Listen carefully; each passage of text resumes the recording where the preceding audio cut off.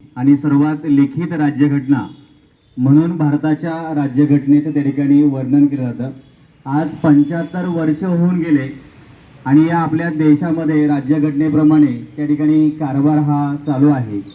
आणि राज्यघटनेचे शिल्पकार म्हणून ज्यांना ओळखलं जातं ते विश्वरत्न, महामानव, भारतरत्न, ज्ञानसूर्य आणि त्या काळातील आणि आजच्या काळातील सर्वात शिक्षित असणारे, सर्वात शिकलेले आणि जनसामान्यांच्या पर्यंत माहिती असणारे महामानव डॉक्टर बाबासाहेब आंबेडकर यांना मी सर्वप्रथम विनम्र अभिवादन करतो।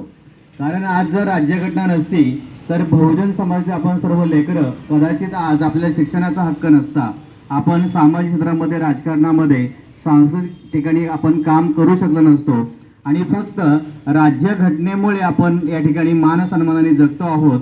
आपल्याला जगण्याचा हक्क मिळाला ते केवळ या राज्यघटनेमुळे आणि बाबासाहेबांचे केवढे उपकार हे आपल्यावर आहेत।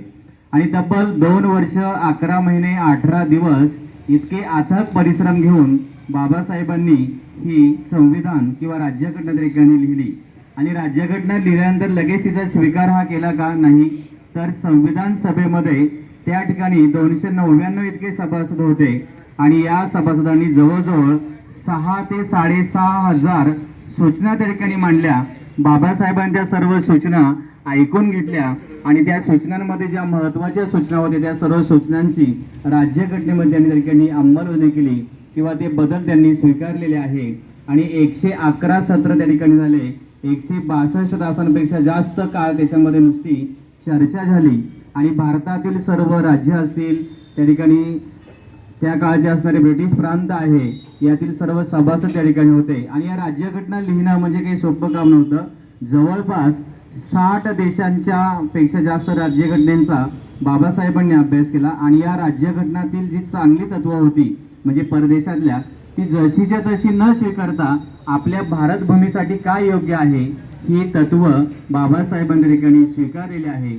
आणि या घटना समिती, संविधान समितीचे अध्यक्ष हे डॉक्टर राजेंद्र प्रसाद होते, तर घटना समिती म्हणजे मसूद समितीचे अध्यक्ष डॉक्टर बाबासाहेब आंबेडकर होते।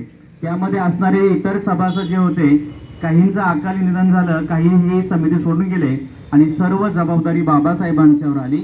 परंतु बाबासाहेबांचा जो काही अभ्यास आहे किंवा जो काही त्या ठिकाणी असणारं त्यांचं लोकांचं ज्ञान आहे, या बळावर त्यांनी राज्यघटना लिहिली आणि ही भारताला त्या ठिकाणी त्यांनी स्वीकृत करण्यासाठी विनंती केली। तो दिवस होता किंवा भारतीय संविधान सभेने जो राज्यघटना स्वीकारली 26 नोव्हेंबर 1949 या दिवशी त्या ठिकाणी डॉक्टर राजेंद्र प्रसाद यांनी ही घटना स्वीकारलेली आहे। म्हणून या घटनेचं त्या ठिकाणी अभिवादन करण्यासाठी, बाबासाहेबांच्या कार्याचा गौरव करण्यासाठी 26 नोव्हेंबर हा दिवस त्या ठिकाणी संविधान दिन म्हणून आपण साजरा करतो। या ठिकाणी बाबासाहेबांना मी विनम्र अभिवादन करतो आणि राज्यघटनेचं केवळ एकच दिवस त्या ठिकाणी कार्यक्रम न घेता या राज्यघटने तत्वाप्रमाणे आपण वागूया अशा प्रकारचा आशावाद व्यक्त करतो आणि या ठिकाणी थांबतो। जय संविधान, जय भीम।